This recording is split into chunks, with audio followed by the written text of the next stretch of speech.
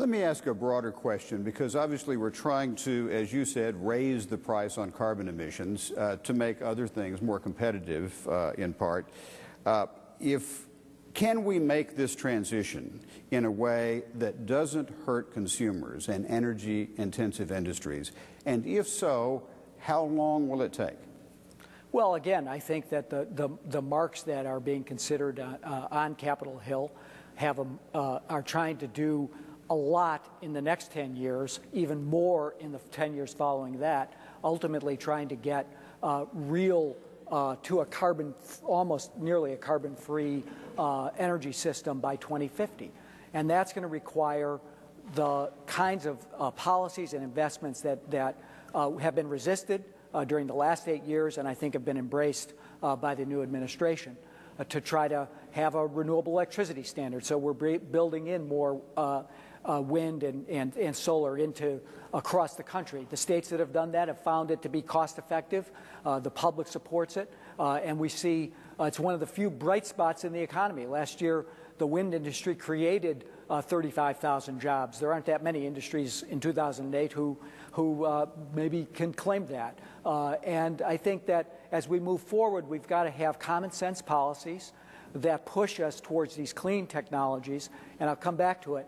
And maybe, again, it's a point of agreement.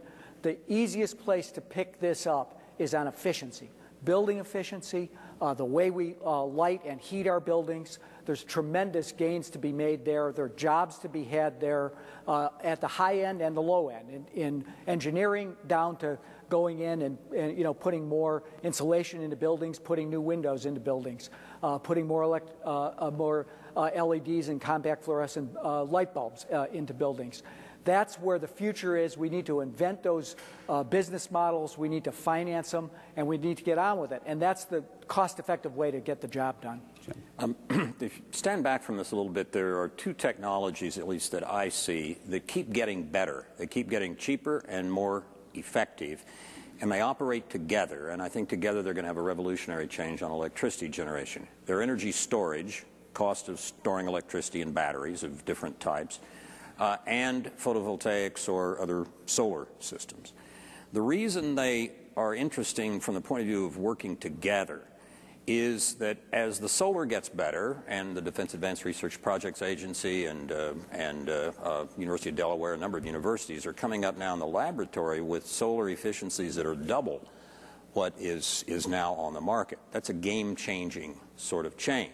As the solar is able to operate more effectively, even in cloudy areas and so forth, and the batteries can store it affordably, not expensively like current lead-acid batteries, but for just an added few cents a kilowatt hour, you begin to have circumstances in which you can delegate some portion of your electricity needs to the combination of solar and batteries. I have photovoltaic cells on the roof of my farmhouse. I have batteries in the basement. I have a plug-in hybrid that has an extra battery in it. If I want to go throw off switch and get off the grid, I can drive on sunlight from the day before. Now, it's a little expensive today. It's a little bit like the $2,000 cell phone I got from my wife back in the 1980s. But I had a bunch of people tell me, why would you want to get into that? Cell phones are always going to weigh 7 pounds, and they're always going to cost $2,000. But, they were wrong. And the people who say that there's no promise to storage and solar today, I think, are equally wrong. I'm hearing a big emphasis on efficiency, and who can be against efficiency? It's like being against mom and apple pie. But what I'm not hearing is, where's our new energy supply coming from?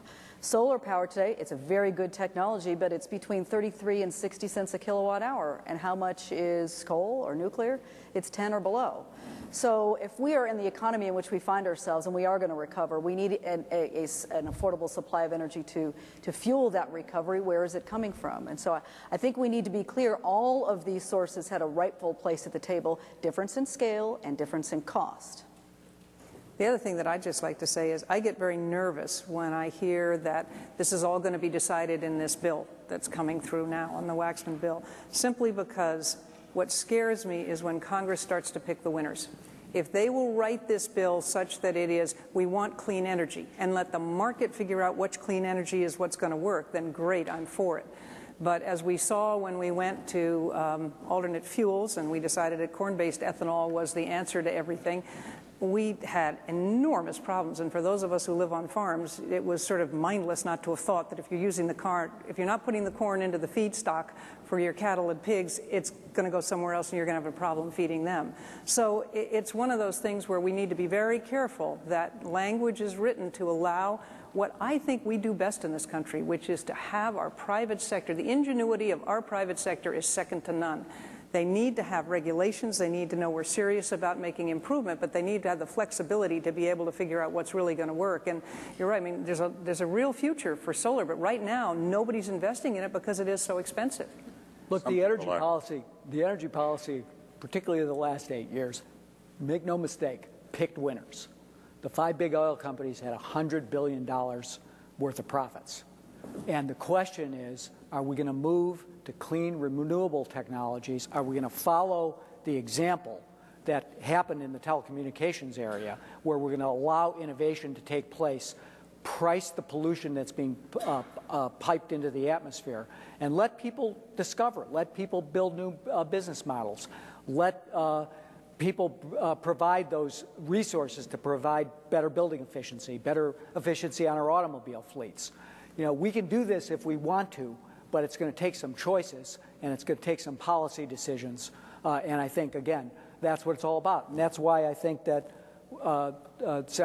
President Obama led with this $70 billion of clean energy investment in the recovery bill I mentioned in February. Well, the telephone industry was, I mean, one of the things that led to that innovation was Judge Green and the deregulation. I mean, that was letting the private sector do its thing. And whether you like what happened in the last, we're talking about going forward now. If you don't like what happened in the last 8 years because you say that the administration picked winners, it's just because maybe your side's in control now, you like those winners better. But I think the same basic underlying flaw is allowing the federal government to be the one to pick the winners. And I'm concerned that we're selecting industries out to penalize now. All of a sudden, it's going to be attractive to now put taxes on oil companies because they had revenues and remove the same tax breaks that the rest of our manufacturers around the country have. So let's select out of that industry and tax them more so they'll have less money to invest to provide resources for our economy. We don't want to pick winners and we don't want to pick losers. And right now, that is getting worse and worse in Washington. John, did you have something? Well, you know, I think as I said, I think that the investments that are taking place on building efficiency, on renewable energy, on providing the production tax credit for wind, the investment tax credit for solar, on a bipartisan basis, is building an energy future for our country that's going to produce more jobs, a cleaner environment, more national security, and it's time to get on with that program because that's where the future is. That's where the Europeans are. That's even where the Chinese are going in terms of the kinds of investments they're making. They're doubling their wind production year over year. They're making a big commitment to this, to a future where where the carbon constraint, the carbon pollution changes the balance, and that we produce the industries that are going to be competitive, and we're either going to be behind. I'll just close with one more statistic. 10 years ago, we had 44% of the solar market in the U.S. Today, we have 10%. We are the number one wind producer. I'm sorry? We are the number one wind producer in the world. That's another. And the U.S., China, and Spain each added more wind power last year than the world added nuclear. Wind's starting to move.